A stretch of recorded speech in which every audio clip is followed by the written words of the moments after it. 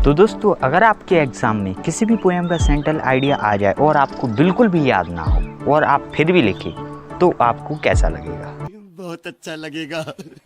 तो दोस्तों, आप समझ ही गए होंगे कि जो आज की वीडियो है इसका टॉपिक क्या है।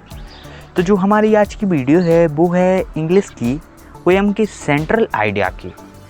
जैसे कि हमारे जो एग्ज़ाम है उनमें बहुत बार किसी भी पोएम का सेंट्रल आइडिया आ जाता है, तो आज हम आपको बिना याद के सेंट्रल आइडिया लिखना बताएंगे।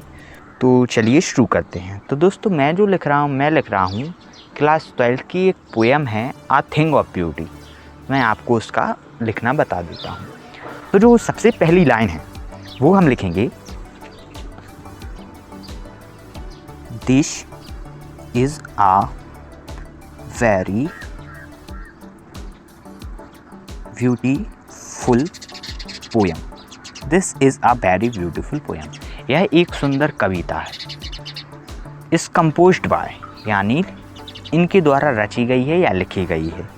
इज़ बाय, अब आपको लिखना है इसके राइटर या ऑथर का नाम। तो जिसने भी इस कविता को जो लिखा है तो आपको उसका नाम लिख देना है। तो जैसे कि ये आ थिंग ऑफ ब्यूटी है, इसे लिखा है जॉन केट्स ने, तो हम लिखेंगे this is a very beautiful poem is composed by John Keats. अब इसके आगे लिखेंगे हम in this poem the poet share या पोइट टेल्स। तो जो कविता है तो उसमें हम आगे की लाइनों में लिखेंगे इन this poem the poet says यानी कहते हैं, दैट यानी कि। तो आपको कोई भी जो पोएम है वो आपने एक ना एक बार पढ़ी ही रहती है, तो उसके कुछ इम्पोर्टेंट क्लूज़ कि उस पोएम में वो क्या बताते हैं तो आपको वो लिख देना है। और अगर आपको जब कुछ भी याद ना आए तो आपको जो क्वेश्चन आंसर होते हैं उनसे ही कुछ मिलता जुलता आपको बना देना है। तो जैसे कि मैंने ये पोएम थोड़ी पढ़ी है, तो जहाँ तक कि मुझे याद है, इस पोएम में जो कवि हैं वो थिंग ऑफ ब्यूटी और नेचर वगैरह के बारे में बताते रहते हैं। तो हम लिखेंगे the poet says that a thing of beauty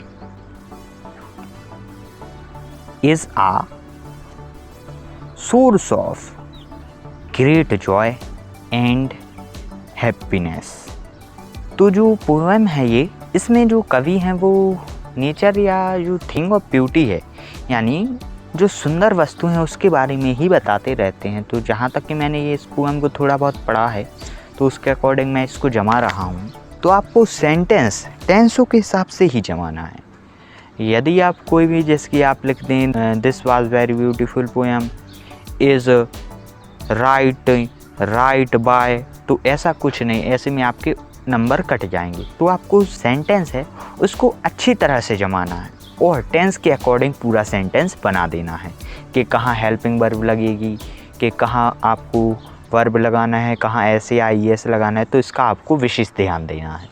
अब हम आगे लिखते हैं the nature created by God. तो जो नेचर है वो भगवान के द्वारा बनाया गया है। इट प्रोवाइड अस, ये हमें देता है, it great Joy and happiness. और ये जो इस पोएम में हमारा क्वेश्चन बना था, what is the beauty power. तो जो ब्यूटी है उसकी पावर क्या है, तो अब मैं उसका आंसर लिखूँगा, जिससे हमारा जो सेंट्रल आइडिया है वो बन जाएगा। कि हम लिखेंगे the beauty has the power, the beauty has the power to change negativity to positivity कर सकते हैं या फिर रिमूव नेगेटिविटी। तो हम लिखेंगे the beauty has the power to change to positivity. अब हम लिखेंगे a thing of beauty is a source of energy. A thing of beauty is a source of energy. तो जो थिंग ऑफ ब्यूटी है वो एनर्जी का source है। तो दोस्तों आप लोग देख सकते हैं जो मेरा सेंट्रल आइडिया है वो कंप्लीट हो गया है।